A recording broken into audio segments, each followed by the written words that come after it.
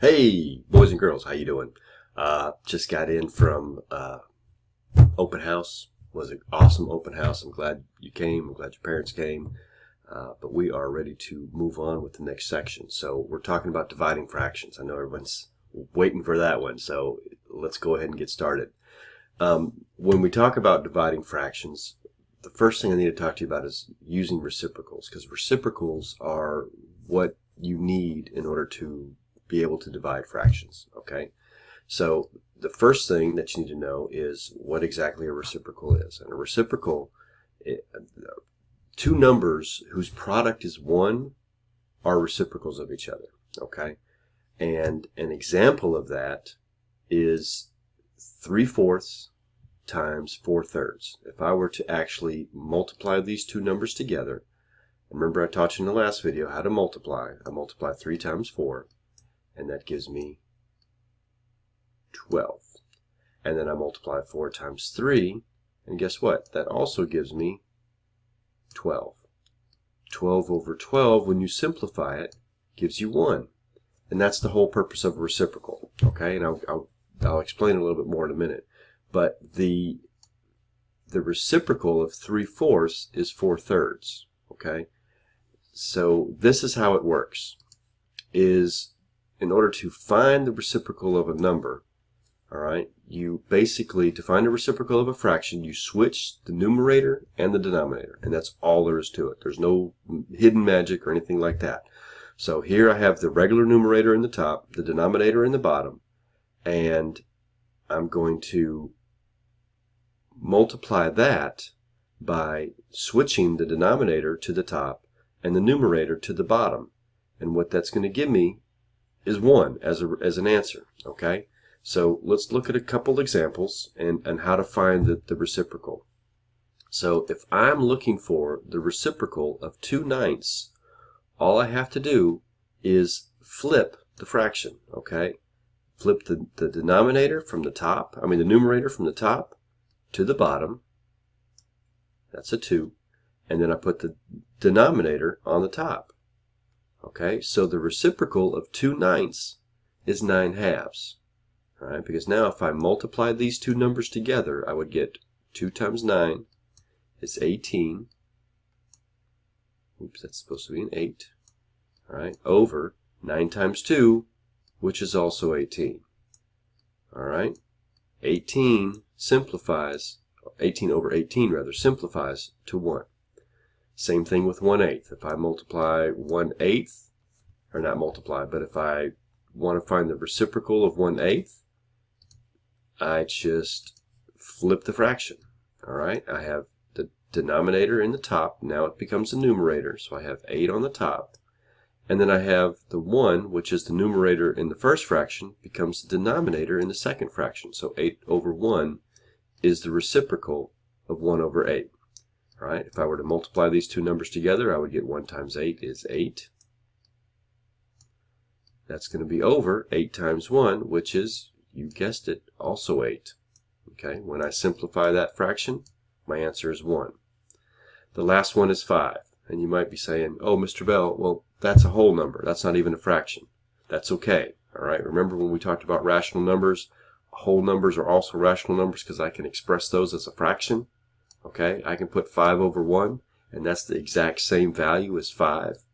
Okay, so if I were to want to find the reciprocal of that number, then I would just flip it. Okay, the denominator, which is 1, becomes the numerator, and it goes over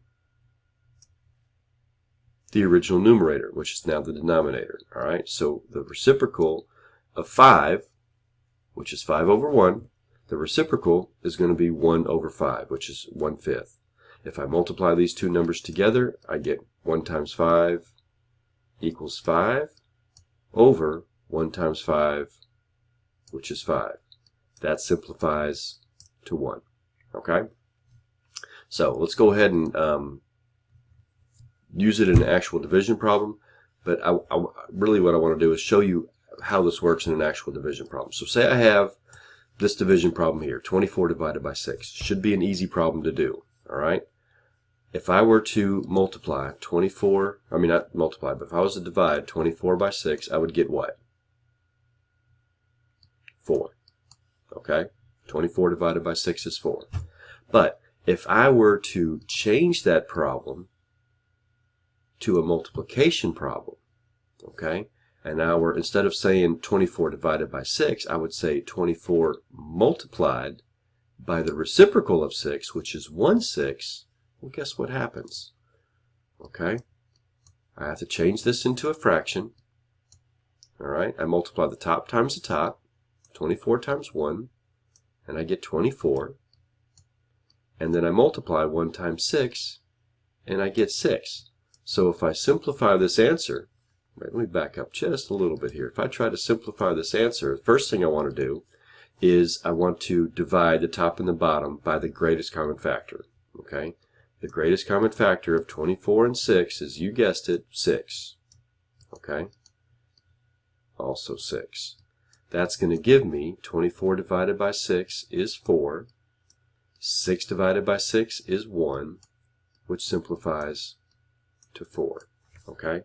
Now, I know you might be thinking, oh, Mr. Bell, it's just easier just to go ahead and divide and get the same answer. And it is right now. Okay? But what I'm getting to is that some of these fractions you can't do that with. It doesn't work that way. Okay? So when you're dividing fractions, it's actually easier to multiply by the reciprocal of the second fraction. Okay? So let's look at a couple examples here. All right? And I got 3 examples that I want to try to get to, and I'm going to try to keep this video short. But here's the first one. All right, I got 4/3 divided by 5/3. So I'm going to go ahead and write this down. 4/3. I want to keep this first fraction the same. The first fraction stays 4/3. Okay, but I want to change this from a division problem to a multiplication problem. Okay, and then I want to multiply by the reciprocal of the second number. Okay, so the reciprocal of 5/3 is what? That's right, 3/5. Okay, all I'm doing is just flipping the fraction, flipping the numerator and the denominator. Okay, now I can go ahead and multiply. 4 times 3 is 12. 3 times 5 is 15. You can simplify this by dividing both the top and the bottom by the greatest common factor, which is 3. All right, and that gives you 12 divided by 3 is 4, and 15 divided by 3 is 5, so my final answer is 4/5. Okay, that's how this works. Let me erase this, and we'll look at another one. And if you need to copy that down as your example, just pause the video and copy it down. All right, next example. 3/10 divided by 4/5. So I write it down. I'm going to write it over here, 3/10. I keep the first fraction the same. I change it from a division problem to a multiplication problem. And whoops, hang on, I'm doing it wrong. I'm teaching you wrong. All right, there we go. And I'm going to multiply by the reciprocal of the second fraction. So I'm going to do 5/4. Okay? Now, I go ahead and multiply top times the top, bottom times the bottom. 3 times 5 is 15. 10 times 4 is 40. All right. I go ahead and simplify using the greatest common factor. The greatest common factor of 15 and 40 is 5. Okay, so 15 divided by 5 is 3. 40 divided by 5 is 8. So my final simplified answer is 3/8. All right, let's look at one more example. And I think that's going to get us. We should know when you come back to class how to divide fractions. Okay. Final example is 1/2 divided by 2/5. I write it 1/2 divided by. Hold on. Let's go ahead and change it. That's what I've been doing. All right. So I want to change it from a division problem to a multiplication problem. All right. From a division problem to a multiplication problem, and then I'm going to multiply by the reciprocal. Reciprocal of 2/5. I just basically flip the fraction upside down, all right, and I have 5/2. Now I multiply the top times the top, bottom times the bottom. 5 times 1 is 5. 2 times 2 is 4. All right, this one turns out to be an improper fraction, so I need to simplify it by dividing the top by the bottom. Remember, we talked about this in class. What was on the top is what's being divided, and what's on the bottom is what you're dividing by. Okay, so 4 will go into 5 one time, because 1 times 4 is 4. I subtract 4 from 5, and I get a remainder of 1. The remainder goes as the numerator in my new fraction over the existing denominator. So my answer of 1/2 divided by 2/5 gives me 1 1/4. Okay? If you have any questions, send me a message on Google Classroom. Other than that, make sure you answer the questions that go along with the video, take your notes, and I will see you in class.